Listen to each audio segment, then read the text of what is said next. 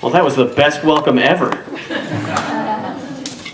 Well, thank you so much for having me here today. It's a privilege to be able to share my story with you. Thank you for making me feel so welcome. You are all huggers. And as a closet hugger, I love it. And I think it's beautiful that you invite people and you just get them to share their story. And I think sharing our stories is so powerful and it's so meaningful. Not only sharing our stories, but our lives with people and with others. So I'm just going to share what I do now and then how I got to where I am. My name is Tyson Kuhnel. I should, I guess, introduce myself again.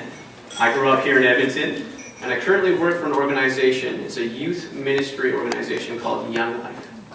And what Young Life does is we recruit and train teams of volunteers, and we go out into junior highs and high schools, and we develop relationships with the teenagers there. And we share our lives with them. We go and watch their volleyball games. We go to the mall with them. We play video games with them. We go for coffee with them. We get to know them in their world, on their terms. And we share our life with them. We share our faith with them. So that's what Young Life does. And that's what I do. And I oversee our work in West Edmonton. So I oversee a number of teams of volunteers who go out to high schools and junior highs in West Edmonton. And as I said, I grew up here in Edmonton. And I grew up with two very loving parents. I grew up in a very good home. And my parents are still together. And they're still very loving. They're still very good. And they both worked. They both worked very hard my whole life. But it instilled in me my work ethic, and how I want to live. And from a young age, I was instilled with the value of knowing who God was, knowing who Christ was. Prayer was a big part of our family life, and going to church was a big part of our life. And typically, when you're a child, you are forced to go to church until you reach a certain age where you can start making your own decisions. But for whatever reason, I was a fairly stubborn child. I was an indignant child. So probably by the time I was 7 or 8 years old, I, for whatever reason, did not want to go. I said, thanks, Mom and Dad. I understand that there is a God, but that's not really for me. And I, every Sunday, would complain and complain and complain. And say, Mom, Dad, don't make me go. I don't want to go.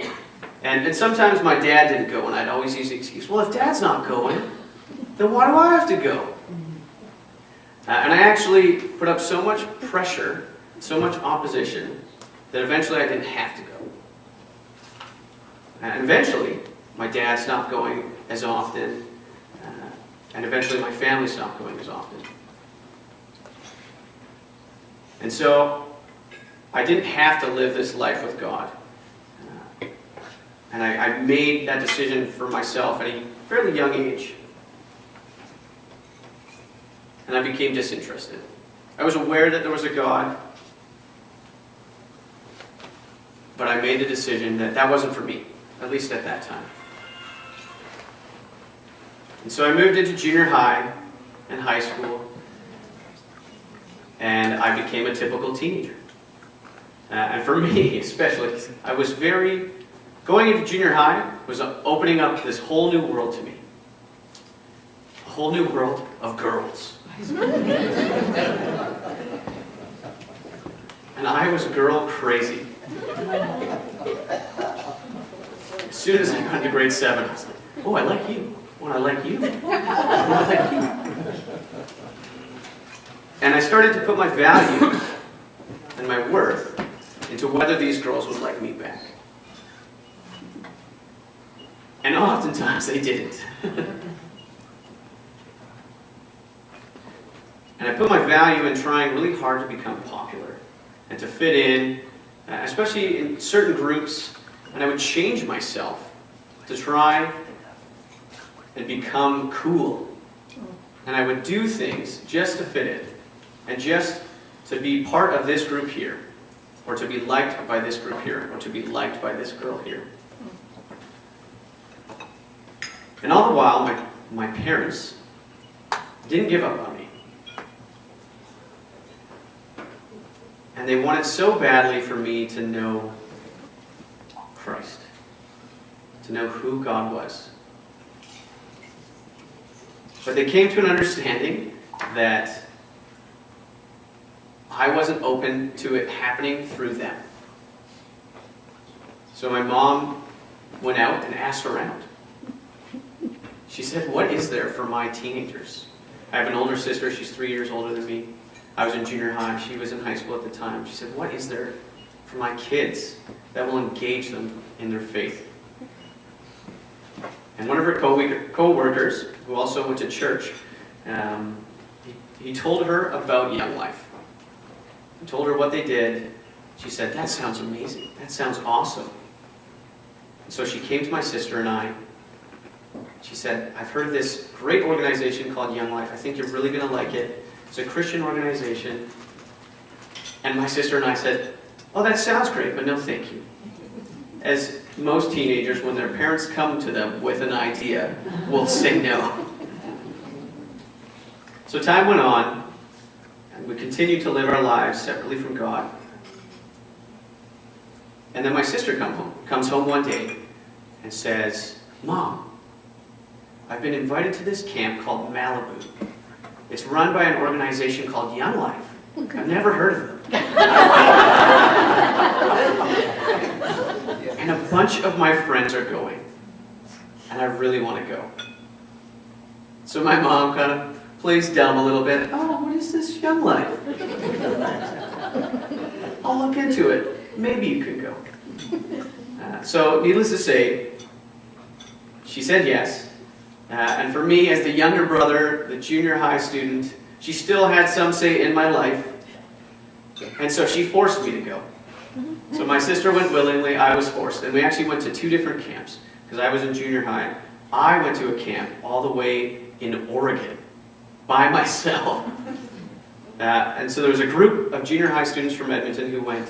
And before I went on this trip, and I was so mad at my mom, "I can't believe you're sending me all the way to Oregon for a camp by myself. I don't know anybody."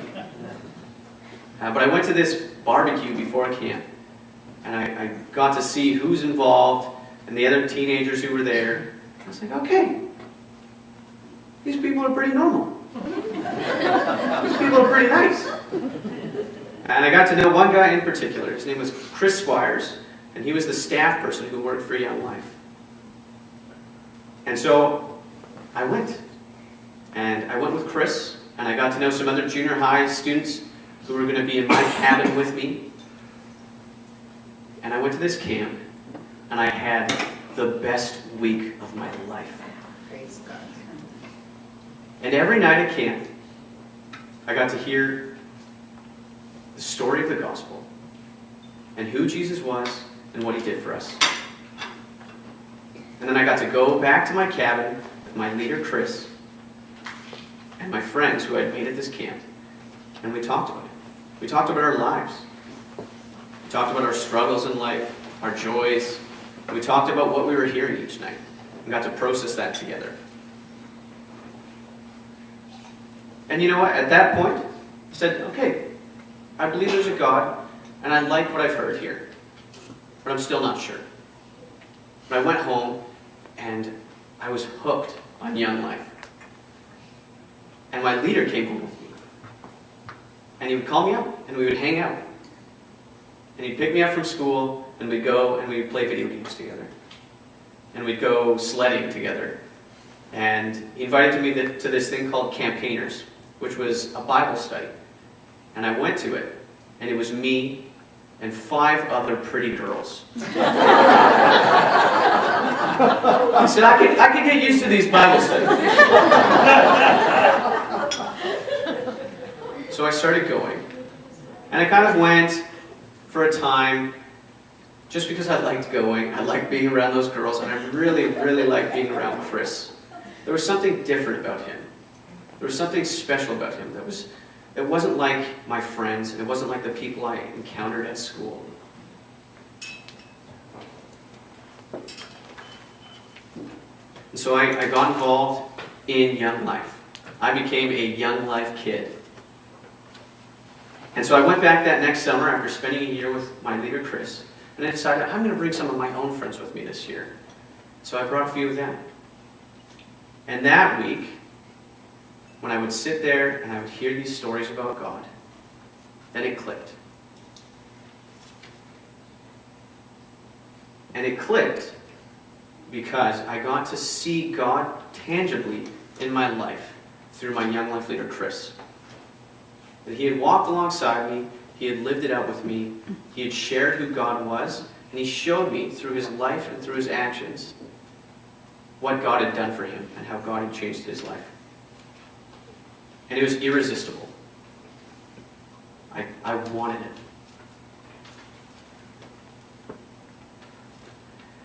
And what Young Life leaders do, I'm going to share a verse from 1 Thessalonians chapter 2 with you, is this.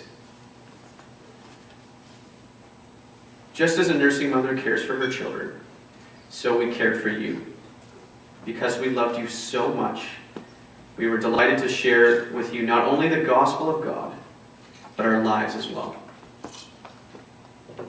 So my Young Life leader came and he shared his life with me. And through that, he shared the gospel with me because he loved me. And there was something different and unique and special about that. So this began a slow process of change in my life.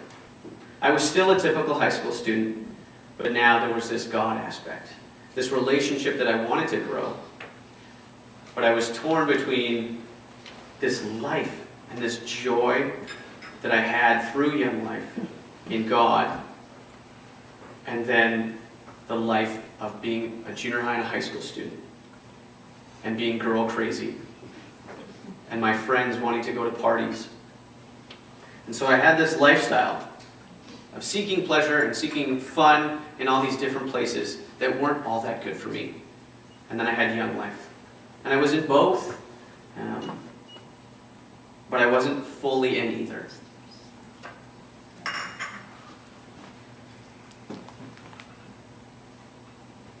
And I didn't actually pull it all together.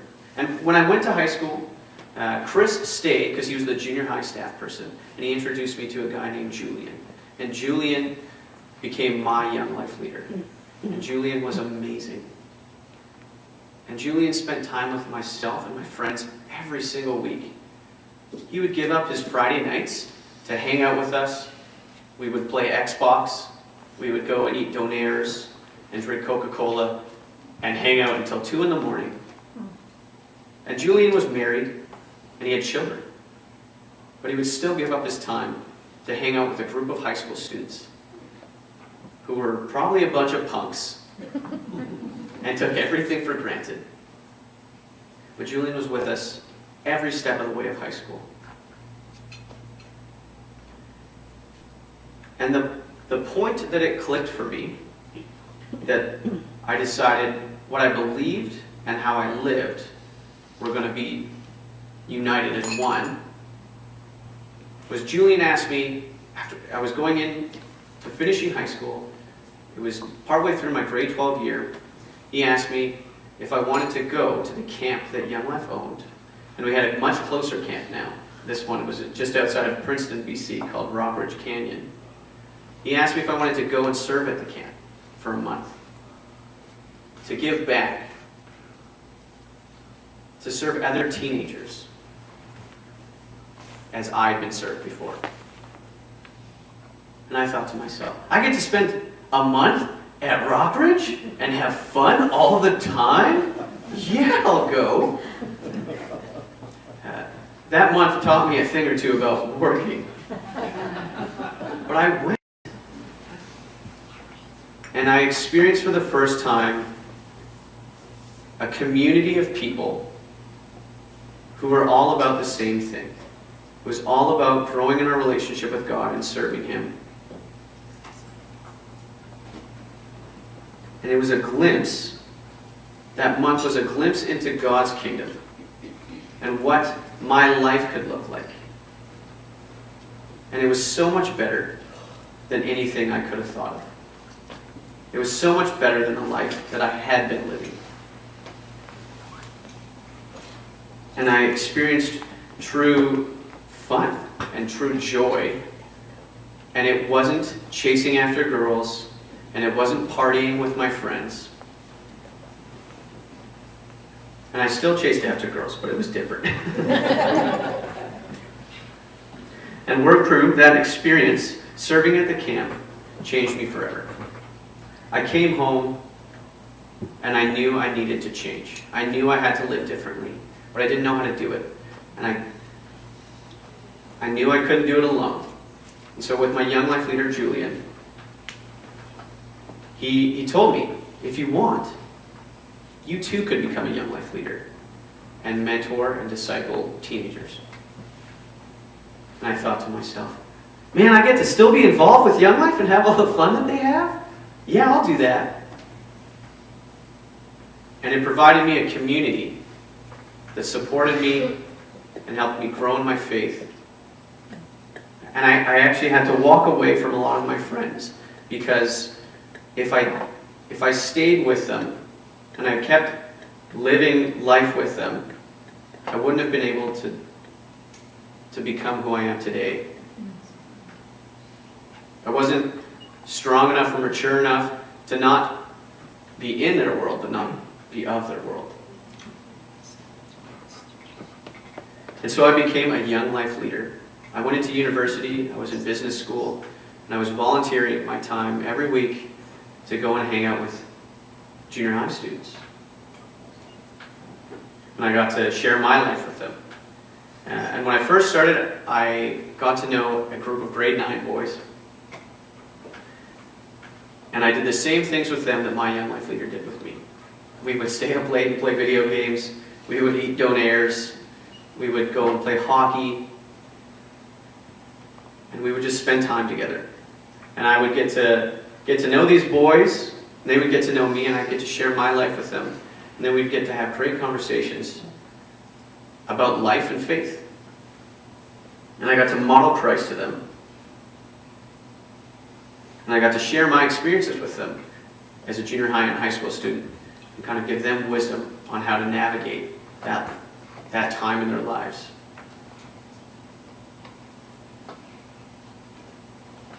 And as I became a Young Life leader, I got to spend more time with Julian as he was a Young Life staff person. It was different. It had changed because I was now a Young Life leader. I was no longer a Young Life kid. And he offered me a bunch of opportunities along the way. He gave me the opportunity and said, if you wanted to, you could work for Young Life in between your semesters this summer. Instead of getting a part-time job somewhere at Safeway or Subway or something like that, you could work for Young Life. You could help teens fundraise for camp, and you could spend time almost on a full-time basis with teenagers throughout the summer. And so I took that opportunity, and I loved every minute of it. And after that first summer, Julian said, you know what, Tyson, you really seem to have a knack for this. And I see these boys and how much they love you. And I think you could be on Young Life staff one day. I think you could do this as a ministry, as a full-time vocation. And so, in business school at the time, I decided I was going to go on Young Life staff. I decided this is what my trajectory would be. So I started tailoring my schooling towards learning how to be a Young Life staff person. So I specialized in management, because that's what I would be doing. It's just managing teams of volunteers and managing teams of people. And going into my second summer after university, I went to a conference at Rockridge Canyon, our Young Life camp. It was a staff conference. I was a student, so I just went to volunteer and serve. And I got the opportunity to go and drive boats there.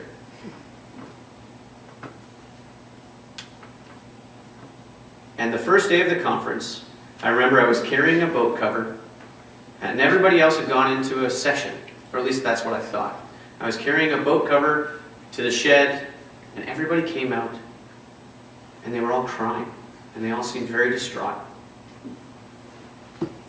And I remember this moment so vividly, because the first person, they came straight to me, and it was a fellow Young Life leader with me, or a staff person who was working in our area, came up to me and had told me that on the way to the conference, that Julian and his family had been in a car accident, and that Julian had died. And he was with his wife and his 2 children, and his wife and his 2 children had survived, but Julian didn't. And I was devastated. My mentor, my friend, my spiritual leader, my brother was gone. And I had a choice in that moment.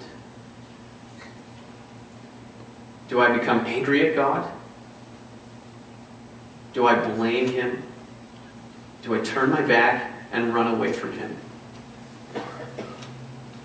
Or do I run to Him? And do I lean on Him? And I'm so thankful that I chose to lean on Him and seek His comfort, because that route was so much more hopeful. And I'm so thankful that I had this community around me to mourn and grieve with. These people who were hurting just as badly as I was. And I think for those months following this, we spent almost every day together. And it made a world of a difference for me. Gave me the strength to push through. Gave me hope. And I was able to find joy. And I think it's so important that in times of hardship and struggles, it's so easy for us to close it up and to try and face all these things alone. I just want to stress the importance of community, of sharing with others in your struggles, sharing your pain, and just being alongside each other. Even if you don't have the words to say to somebody, just to be there with them, be present. It makes a difference.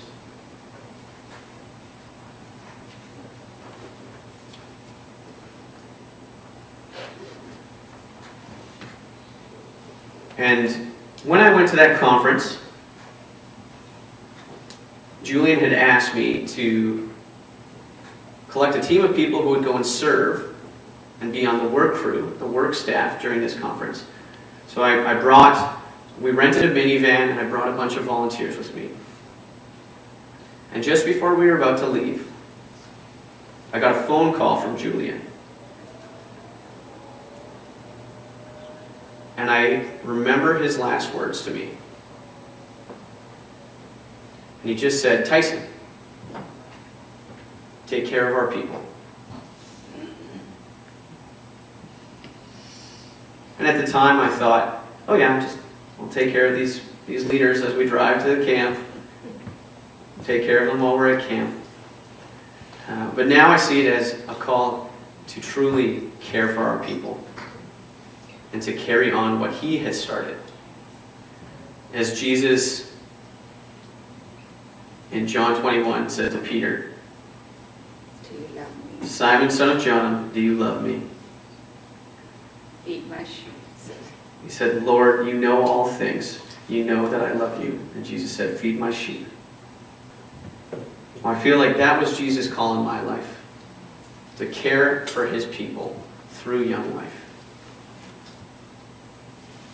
to feed His sheep, and not just in Young Life, but with my life.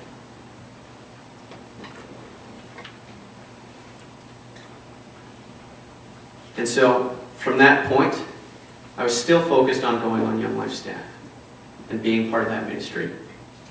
So I graduated from university with a business degree in 2011. And I've been working for Young Life full-time for the past 6 years. Or 5.5 years, I guess. And I've had the opportunity to mentor and disciple both youth and teenagers and young adults as they try and do the same for youth.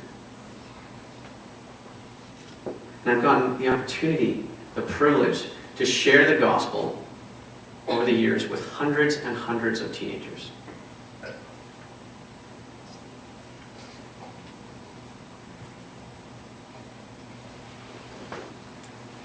And as I minister to teenagers in West Edmonton,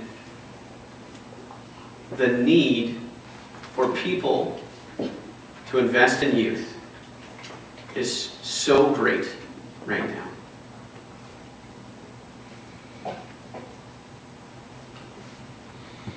There's so many teenagers, there's so many people, the next generation, who don't know who God is. And they don't have anybody who shows them who God is. And in West Edmonton alone, where I do ministry, there are over 15,000 junior high and high school age students.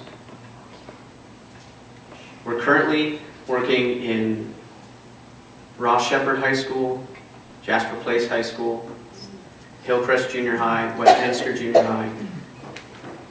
And we know a lot of teens from St. FX High School, St. Rose High School, or junior high. But we're just scratching the surface. And so my plan, my strategy is to continue to reach those teens in those high schools and junior highs, but to expand to all of the schools. And there's Young Life in East Edmonton, there's Young Life in South Edmonton, there's Young Life in St. Albert and Parkland. And so there are people who are going out and trying to reach the next generation. But the work is big, and we need your prayer. And God has blessed me in incredible ways. He's blessed me with a community who shares in my belief, a community who supports me and supports one another, who challenges one another, and grows in their faith together. God has blessed me with the opportunity to live out my faith every single day through Young Life ministry. And it's not a job. It's not a vocation. And God has shown me it's not those things. It's a way of life. That when I leave Young Life, it wasn't just about working for Young Life. It was showing me how we are to live out our faith with those around us, our neighbor, the people in our actual neighborhoods, the people in our workplaces, the people we pass on the street. And God has blessed me with a passion for youth in particular. And He's also blessed me with an incredible wife who I met through Young Life. We were volunteers together. And then when I went on Young Life staff, I eventually became her boss. Which became very difficult. But we got married this past January. Yeah, newlyweds. Thank you.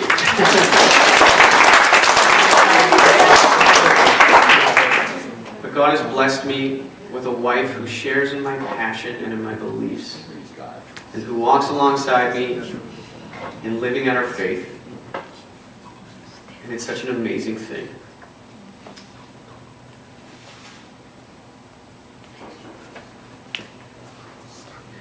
If there's a few things I want you to take away from my story today, it would be, like I said, the importance of investing in the next generation. and investing in youth. Because there are so many teenagers who don't know who God is. And there's so many teenagers who would never set foot in a church. And there's even teenagers who have never had a good word or a nice thing done to them by a Christian. Maybe they have the opposite experience.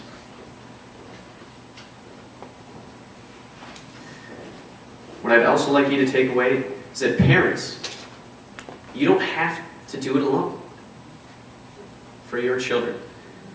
It doesn't have to be you. There are other people out there who can come alongside your teens, your children, even if they're grown up. You're not the only one who can show them who God is. So if you're in need, you can seek out others to help.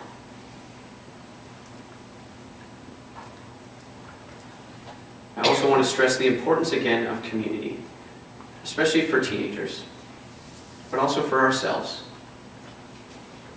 To have people who support us in our beliefs, who challenge us, who want to grow with us, and who do life together.